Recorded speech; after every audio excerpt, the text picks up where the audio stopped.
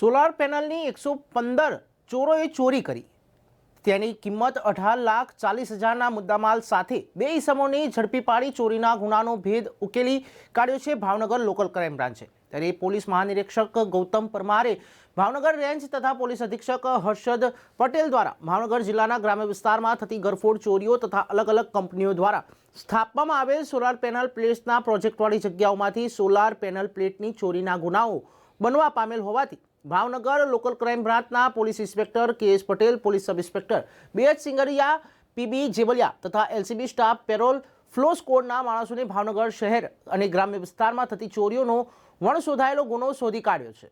ત્યારે 4/1/2023ના રોજ Bhavnagar local crime બ્રાન્ચના માણસો સૂચના મુજબ ભાવનગર તળાજા પોલીસ સ્ટેશન વિસ્તારમાં ખાનગી વાહનોમાં પેટ્રોલિંગમાં હતા। તે દરમિયાન બાબાભાઈ હરકટ તથા એઝાઝ ખાન પઠાણને બાતમી મળી હતી કે સાદિક કાળુભાઈ જાખરા જે પાવઠી અને તળાજા તાલુકામાં રહે છે, ત્યારે તેના મળતિયા ફારૂકભાઈ હાજીભાઈ સોલતને જે સાવરકુંડલા સાથે મળીને પાવઠી ગામની કિતાન નહેરી વિસ્તારમાં ફુલસર ગામના રોડ પર આવેલ યુનુસભાઈ નૂરભાઈ જણેજાને કુકડા ફાર્મની જગ્યામાં સોલર પેનલની પ્લેટો રાખી છે।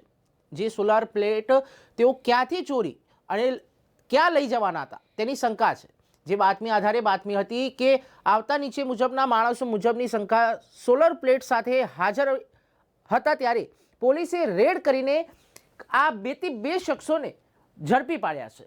ત્યારે ચોરીના ગુનાનો ભેદ ઉકેલી કાઢ્યો છે ભાવનગર ક્રાઇમ બ્રાન્ચે। ત્યારે બે શખ્સોને કસ્ટડીમાં લીધા છે, ત્યારે પોલીસે વધુ તપાસ હાથ ધરી છે। ભાવનગર ક્રાઇમ બ્રાન્ચના બાબાભાઈ હરકટ અને એજાઝ ખાન ને એવી બાતમી મળેલી કે તળાજા તાલુકાના પાવઠી ગામના કુકડા ફાર્મ ખાતે સાદિક કાળુભાઈ જાખરા કોઈ સોલર પેનલ ભેગી કરી છે અને આ સોલર પેનલ ચોરીની હોય એવી શક્યતાઓ છે।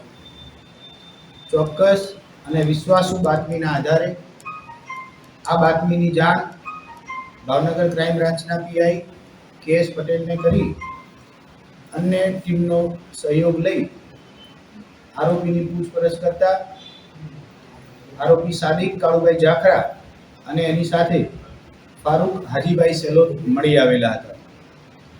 આ સોલર પેનલ નંગ 115 વિશે પૂછપરછ કરતા તેઓ કોઈ ચોક્કસ હકીકત જણાવી શકેલ નહીં।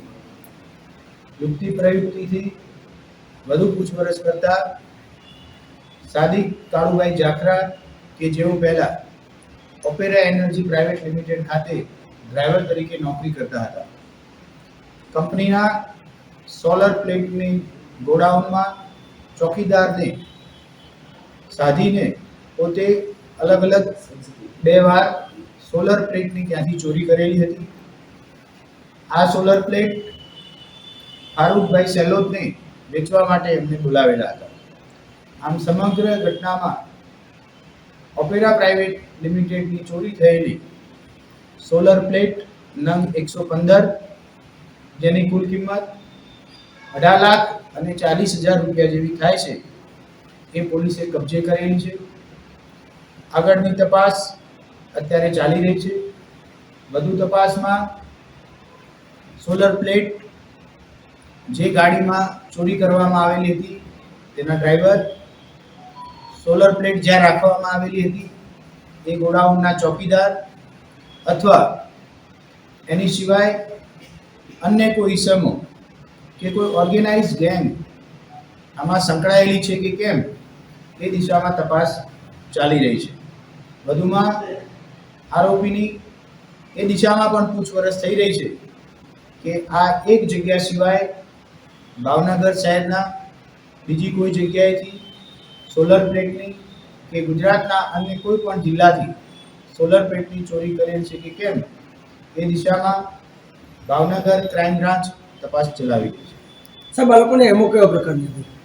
મુખ્ય જેટલું સાદિક કાળુભાઈ જાખરા મુખ્ય જે આરોપી છે એની પૂછપરછમાં એમો એ પ્રકારની જણાઈ આવે છે કે જે જગ્યાએ ગોડાઉન હોય કંપનીના એના ચોકીદાર કે એની માલ સામાન સપ્લાય કરતા કોઈ ડ્રાઈવરનો આ લોકો સંપર્ક કરી એને આર્થિક પ્રલોભન આપી અને સોલર પ્લેટ ત્યાંથી ચોરવાની એમો ધરાવે છે. આ લોકોએ કોઈ જગ્યાએ અગાઉ જે પ્લેટો છે ચોરી છે ક્યાં વેચતા હતા એ કઈ માહિતી મળી? આની અગાઉ એ લોકોએ કોઈ પ્લેટ ચોરી અને કોઈને વેચી હોય એની હજી સુધી માહિતી નથી. પણ જે બીજો આરોપી પકડાયો છે કે જેનું નામ ફારૂક હાજીભાઈ સેલોજ છે, એને આ 115 પ્લેટમાંથી અમુક પ્લેટ વેચી દેવા માટે મુખ્ય આરોપી સાદિક કાળુભાઈ જાખરાએ બોલાવેલો હતો અને આ સોદા દરમિયાન જ પોલીસને બાતમી હકીકત મળતા રેડ કરી આ બંને આરોપી મુદ્દામાલ સાથે મળી આવેલા છે.